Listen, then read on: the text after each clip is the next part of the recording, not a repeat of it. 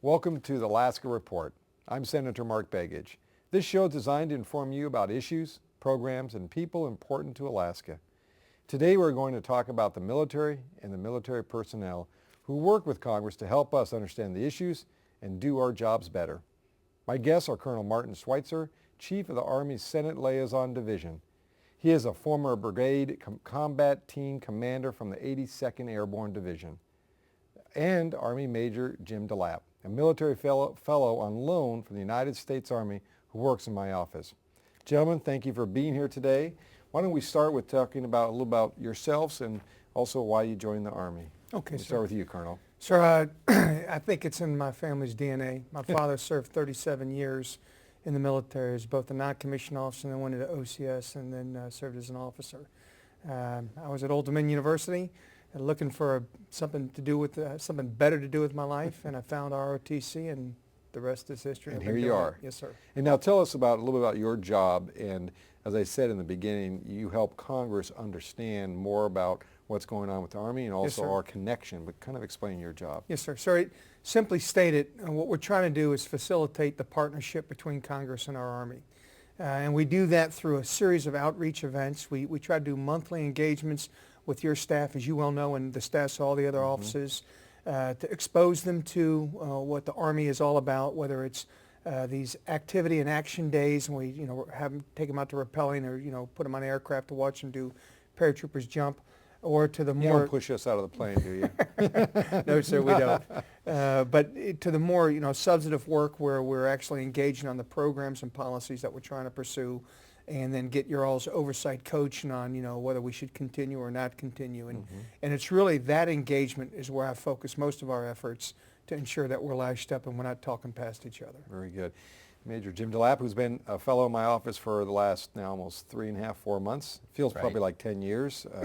But you came to us as a fellow before I even got sworn in. They offered you from the Army, and it's a great program. Maybe you could tell us about yourself, but also about your program. And I know I got to meet your parents, and they're from the Chicago area, That's right? right. That's right. Well, very similar to Colonel Schweitzer, also came from a military family. Father was in the Army Reserves, a 30-year career, and two brothers that are active duty Air Force colonels. And so the Army, ROTC, also scooped me up when I was at undergrad school at Kansas State University. The way I came into this program was the Army has a Congressional Fellowship program in which they competitively select approximately 25 fellows a year to serve on Congress, both in the House and Senate side. Is that out of the whole Army? That is. It's each year out of the whole Army they select 25. And so we did get a top dog then. Well, probably only 26 applied, so I may have been one. You made it. Once selected, of course, then they have you interview with the personal offices, and they place you in a personal office staff for a year, for one congressional year. And then after your year in the personal office, you'll go back into the Army Congressional Legislative Liaison Office and spend approximately 2 years working in the Congressional Legislative Liaison, essentially working with Colonel Schweitzer. Once you have some experience, and then be able to go back and do better liaison for the Army back with Congress. Excellent. I'll ask you a little bit more about that in a second, because I think it's an interesting program, and I know usually a legislative office, a Senate office, would have a legislative assistant. In LA, as they call them, we don't have that yet for the military components, so you've been carrying the load double, but I'll talk to you about that in a little bit. But both of you have experience, and I'd be curious to, and maybe for our viewers, your thoughts in regards to your efforts in Afghanistan and kind of your own thoughts. And let me, if I can swap, and I'll start with the Major. I know that probably breaks protocol, Colonel, but please don't get me in trouble here. But go ahead. Maybe you can describe your experience there. And, well, Afghanistan, I returned from Afghanistan last May, about a year ago actually, this week. I believe the same time Colonel Schweitzer. We were there at the same time in his most recent deployment there. I spent 15 months in Afghanistan as first a Battalion S3, that's the operations officer, and then as the Battalion Executive Officer, second in charge for the battalion. Our battalion was a combat engineer construction battalion, so we were the only construction unit in Afghanistan, essentially building out facilities when we went from one brigade combat team to 2 brigade combat teams. Military facilities only, or civilian and military, or? We did, our main focus was on the military facilities because we were having the expansion from 1 to 2 brigade combat teams. There was a lot of necessity for installations to support the increase in troop strength as they're going through right now with the increase in troop strength in Afghanistan. However, we also used funds to construct facilities for the locals to include schools, clinics, wells, and the like, generally that were associated or close proximity to where we would construct our military facilities and any roads. Core infrastructure for the communities that surround or close to exactly the facilities you're working on for the military. Exactly, and oftentimes we had personnel that did vertical construction or construct buildings, as well as elements that did road construction. So we'd often construct roads, oftentimes to allow freedom of movement of our military forces, but obviously served a dual benefit to provide freedom of access for the locals to get to the market and the like. And how long were you there? I was there 15 months. 15 months. Colonel Schweitzer, maybe you So could tell us I a little have bit. 2 tours there. I was there at the front end of OEF in 2002 when the enemy You was got the to center say of what gravity. OEF is for our listeners. Yes, sir. and viewers. Operation Enduring Freedom. Right, they'll know the title, but sometimes they don't know the initials. Yes, sir. And it's that's the operation that at the very beginning when we did the invasion and when the enemy was the center of gravity, where we focused all our efforts against, was my first tour there. And then I just completed a 15-month tour where the people are now the center of gravity in Afghanistan. And so I got to tell you, I got great optimism that we can help the people link into their government as we help the government better provide for their people. Because I got to see this thing evolve in just 5 years. And it's gone from no government for a heck of a long time to a government that is struggling, but it is starting to provide for the basic needs of the people.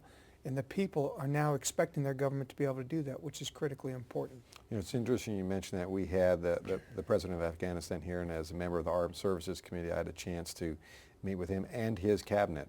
And as he described it, and you think about your first mission there, that there was no, no organized government. And here they were talking about their government now and how it's organized and how it's moving forward and the progress that's occurred there from the civilian side, and how the mission has modified now to really help them become self-sufficient and basically dependent on their own efforts over time. And that's what now the military is doing a lot of work in Afghanistan. I think the institutions are growing. There are a lot of challenges. You know, call it what you want. I'm calling it challenges out there. That's a good way to make those challenges, to overcome the challenges and to make that government truly to be able to provide for its people. But I am convinced that it's moving in that direction. Let me ask you, and I know we just came back from a CODEL, and that's an opportunity where senators, congressional people, House members get to go to certain places around the globe to understand more about an issue. In this case, we've just completed coming back from Afghanistan and Pakistan. Tell me first with you, Colonel, and then maybe with you, Major, you could add in your own experiences of, do you think it's valuable to have politicians kind of coming into the field? You know, some people might say they get in the way. I know from our end it was an opportunity to learn more about the elements of what's going on there and talk to our Alaska, in my case, Alaska troops, and hear from them. How do you see, and I'm assuming you've been involved with a CODEL on one end or another? Yes, sir. When I was a brigade commander, we had over 30 CODELs and staff DELs come and visit. That's a lot of politicians coming by. So I got to tell you, I grew in my own approach to this thing. I thought, sometimes that maybe I didn't have the time to do it. Since I've been in this job, and it took me about 3 months to figure it out, how wrong or how ignorant I was, not embracing everyone that came out. And I've shared a note to all my fellow brigade commanders in the field to grab these things. Did you kind of have an attitude that maybe, oh, here's some politicians, we got a job to do here and we don't need them? It wasn't that. It was, I'm fighting a fight, and I didn't see the benefit. And again, it was my ignorance. I'm now not as ignorant, thank God. And it is so valuable for you guys, the civilian leadership of our nation, to get out there and engage these uniformed service members and to hear the challenges that they're going through, to hear what is going well, to hear what isn't going well. I don't think you get anything varnished or filtered, but this ensures that you're not. It ensures transparency for what's going on the ground. And knowing what I know now, it is critically important that we embrace and engage the CODELs and staff DELs so we can properly provide them the information that enables you guys to make the heavy decisions you guys do day in and day out. And I know our schedule, there's no time to breathe.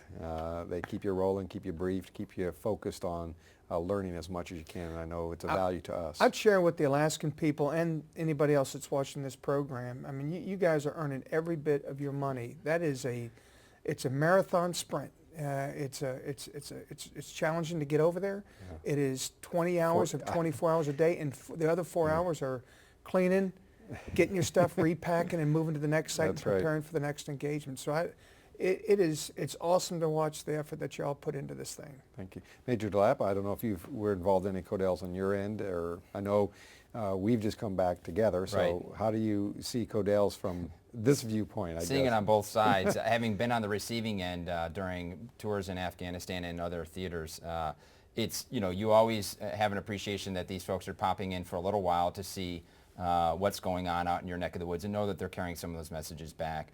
But then having now been on the other side, I think you really get a full appreciation for how much information they can obtain and then bring back in a very compressed amount of time. Mm-hmm. Of course, when you're there for 15 months, you sometimes wonder, it seems like Groundhog Day, and so it doesn't seem like a lot changes in that time. Mm-hmm. But you realize now going back later and seeing what has changed, things are changing at a very rapid pace, and you really have to refresh yourself and see what's going on because it happens so quick there. So I think it's invaluable to get the delegations to get over there, see the things firsthand and the amount of information they can bring back, and then make decisions as ideas are brought here to the Congress to be able to execute and fund. I know the issues that both of you, obviously from your role of being a liaison to Congress and your role, Major DeLapp, in the sense of the Armed Services Committee that I sit on, we've seen the President put forward additional need in troops for the Afghanistan-Pakistan area, as that's now more of a region issue rather than just Afghanistan. The reason, or at least what I hear a lot from the military command, is this is an important part of the equation. But the other piece that's important is some of the other folks that are coming, observers or trainers or whatever the right title. I know there's a technical military title, but that's going to help a lot in helping the civilian government. Maybe, Major DeLapp, you could talk a little bit about how you see this new group coming in there, and that's not only military components of just active combat, but there's also this other piece of about 4,000 folks that are coming in as trainers. Right. Well, the new administration's plan is to obviously increase the troop strength, and some don't like to call it a surge because it really has been a need for that theater for a long time. And we've been under-resourced there. I mean, I think everyone would say that prior to this year, that there was needed additional resources, additional troops, and logistics issues, and it looks like we're now moving on that way, and Congress seems to be very supportive. Right, they sure do, and I think it's, and so you have the additional combat troops which are required, but then also they've are putting in the trainers, as you pointed out, that will focus solely on training and developing the Afghan National Security Forces, which includes their military, their army, and the police. And it's essentially a new model of having this large of a force designated just for that purpose. We've been doing that for a long time in Iraq, and it's been very successful in developing an army there with the Iraqi security forces that is able to now handle the mission on their own. And so taking that similar model and transferring it to Afghanistan, I think is going to be a great effort between not only the trainers but then also the combat forces. And additionally, as was discussed, the civilian force that will be there as well to complement as we try and build better governance. Let me hold you there. We're going to take a short break here. When we return, we'll continue with the Alaska Report, talking to Colonel Martin Schweitzer and Major Jim DeLapp. We'll be right back. I propose 3 cheers for those we leave behind. Congratulations. It's in paper now. Good job. Congratulations. Proud of you. All right. Ensign Elliott. Who's going to salute him? Guys, who gets to salute him first? There's this guy. Oh, it's in my face. But I love him. He's my coach. Special Olympics. Inspire greatness. Welcome back. On this edition of Alaska Report, we are talking to Army Major Jim DeLapp, a military fellow working in my office, and Chief of the Army Senate Liaison Division, Colonel Martin Schweitzer. We just, at the break, we talked a little bit about the new folks that are coming into Afghanistan and what that means to the government there and to our forces there. And maybe I can turn to you, Colonel, and you could add a little bit. I know on the break we had a little discussion of how important this component is and what this means to Afghanistan over the long haul. Yes, sir. When you look at how we're trying to address Afghanistan, and we constantly talk, particularly those in the military, about the military contribution and what we're providing there. And so this new training brigade will have an active part, or not a training brigade, it's a brigade combat team that'll be dual missioned as a terrain owner as well as partnering unit that's going to train Afghan forces. What often goes unsaid, but I'm really encouraged by both what the General McKiernan and the new team, as well as the President and the Secretary of Defense have been hitting on, and that is the soft power element that we're also deploying. So the additional Department of State personnel, the additional economic teams, the agricultural teams that are targeting specific challenged areas to help develop that aspect of their community, so some of the communities can start to provide jobs and provide for themselves. That really Again, provide to its get own more freedom. self-sustaining. Yes, sir. And so when you look at, as we're increasing the resourcing of Afghanistan, I'm really encouraged about the diplomatic, economic, and information additional contributions, because we all know it's not a military solution. It's going to be the development of government and the government's ability to provide for its people. And it's those enablers and those additional tools that I think really deserve much discussion. Is that something, I know just before we went to the break, Major DeLapp, you talked about Iraq and kind of the amount of folks we got in there, but really part of that big piece of it was getting their security forces kind of trained, equipped, ready to kind of handle their effort and their issues, so the rest of us don't have to be the security force all the time. Is that the same thing we're trying to do in Afghanistan, again, trying to get them shored up so, again, they become their own defense or security, but with augmentation? So I think it's got to be a two-pronged approach. The short answer is yes. But as we develop the security capability and the Afghans' ability to provide security for themselves, that governance capability has to be done hand in hand. Because if you develop the secure environment but you still don't have government doing anything or providing for the people. Like the economic development, the social, educational, those you still things. leave the threat and opportunity to influence the community. So as you develop the security forces, there needs to be an equal effort, if not greater effort, to develop the governance effort, the economic development, the ability to provide for the people, hand in hand, so those grow together, so the community can see my government, in fact, not only cares but can provide for me. Let me ask you a quick question. I'm going to go to Major DeLapp on kind of an Alaskanized issue, because he's been Alaskanized in our office.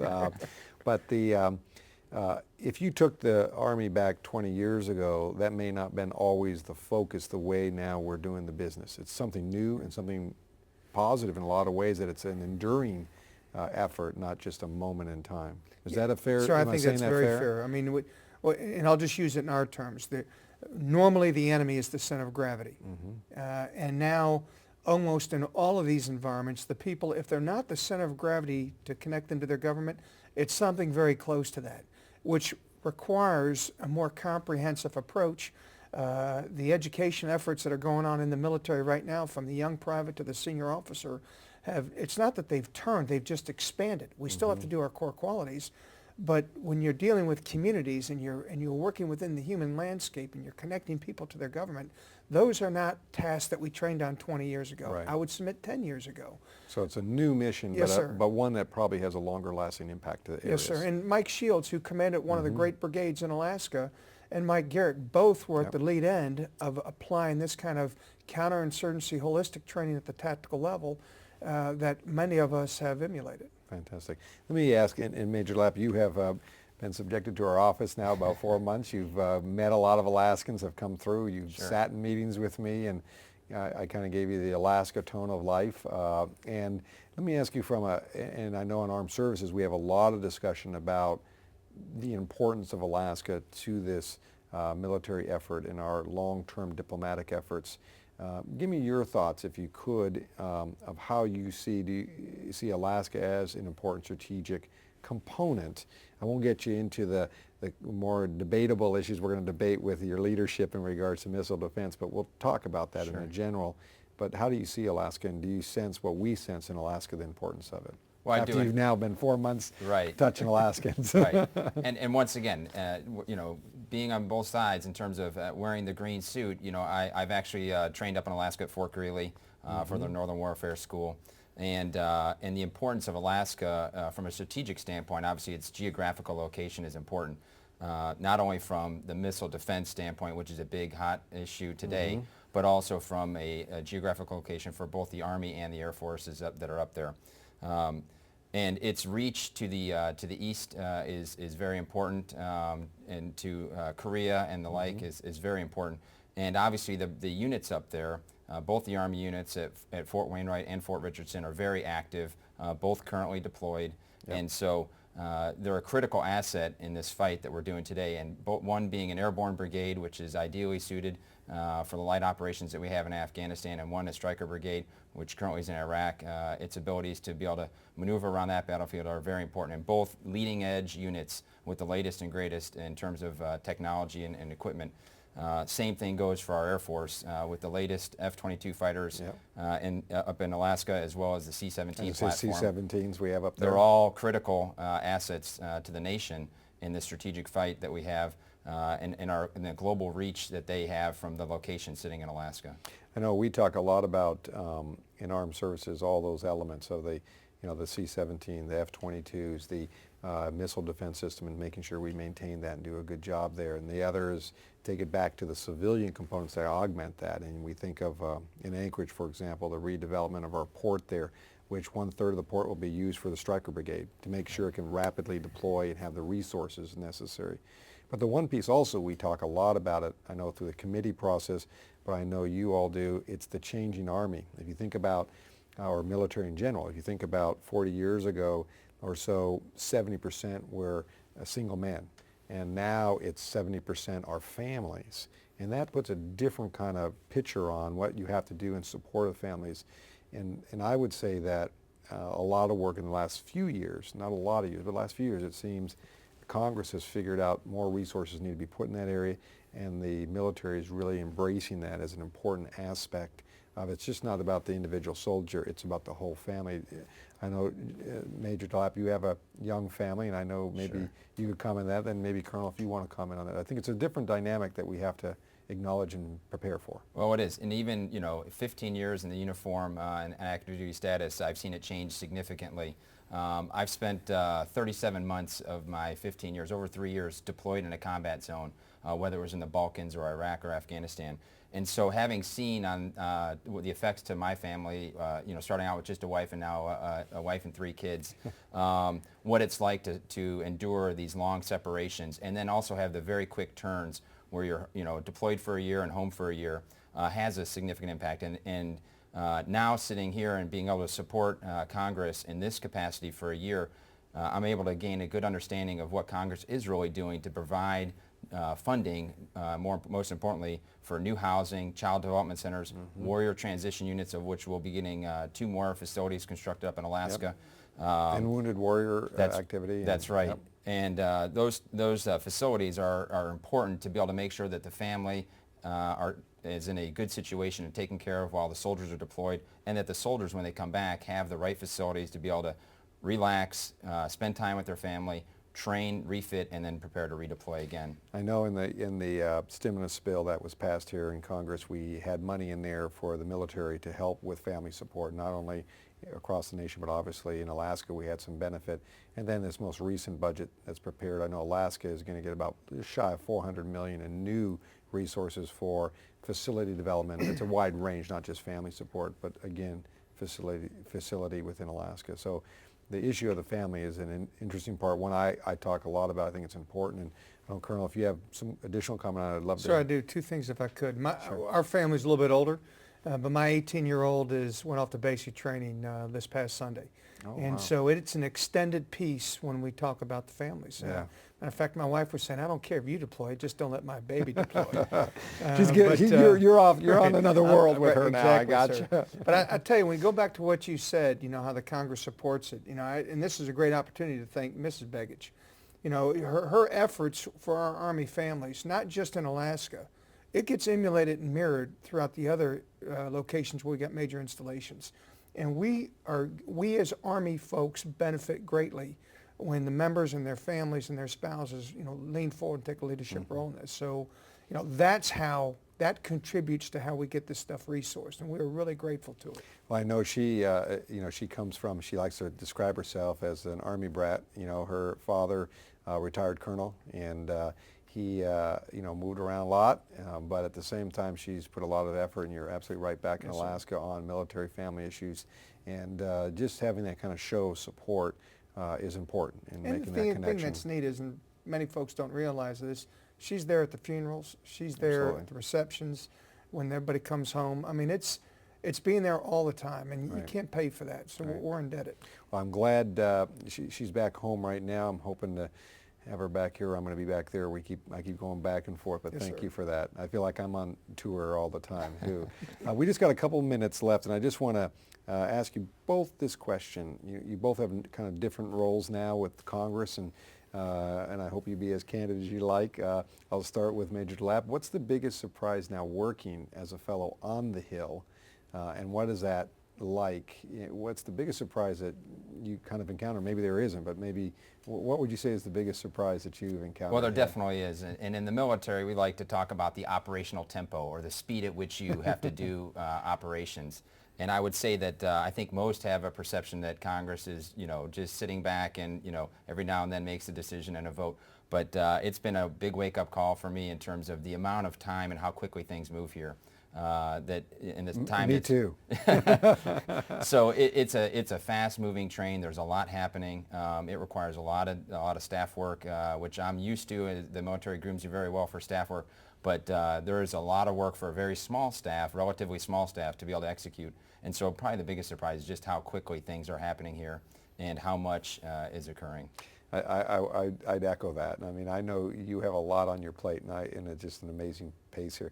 We're about a minute and a half left. Maybe, Colonel, you have any? Sure. It's two things, but they're related. The first is I had no idea the breadth of the members' portfolios. I didn't realize, I didn't put it together how much, ground you all had to cover. I thought the military is what you had to cover, and then I realized, hey, that's 1/10 of what they've got to, or 1/10 of 1/100th of what they have to deal with. But related to that is, well, how does the member get after it? And that, it is my incredible respect for the staffers that are in your office here in CW back there in Alaska. Oh yeah, CW. It is absolutely unbelievable with what they do for our citizens. And no one probably would ever know it unless they come and work in one of these billets. It is phenomenal what they do to ensure that you've got the right information to help you make the decisions you got to make. But that's for every office and for all 100 senators and the work that the staffers do. It is interesting. Thanks for that. I mean, it is, when you think about how much business you have to do here, what it all entails, it is high intensity, and it is an amazing level that the staff has to do. And as a senator, we depend on the staff to really kind of lay it out, and then we, ask hard questions, they get the information, then we deliver. Let me say this, and again, thank you both for being here. We are out of time. This, 30 minutes goes by very quick, and we thank the viewers for listening and watching us today. I want to again thank the Colonel Schweitzer and Major DeLapp for taking the time to talk to us, not only here, but to the folks in Alaska about their work here in Congress and their service to our country. Thank you very much, both of you. Thank you.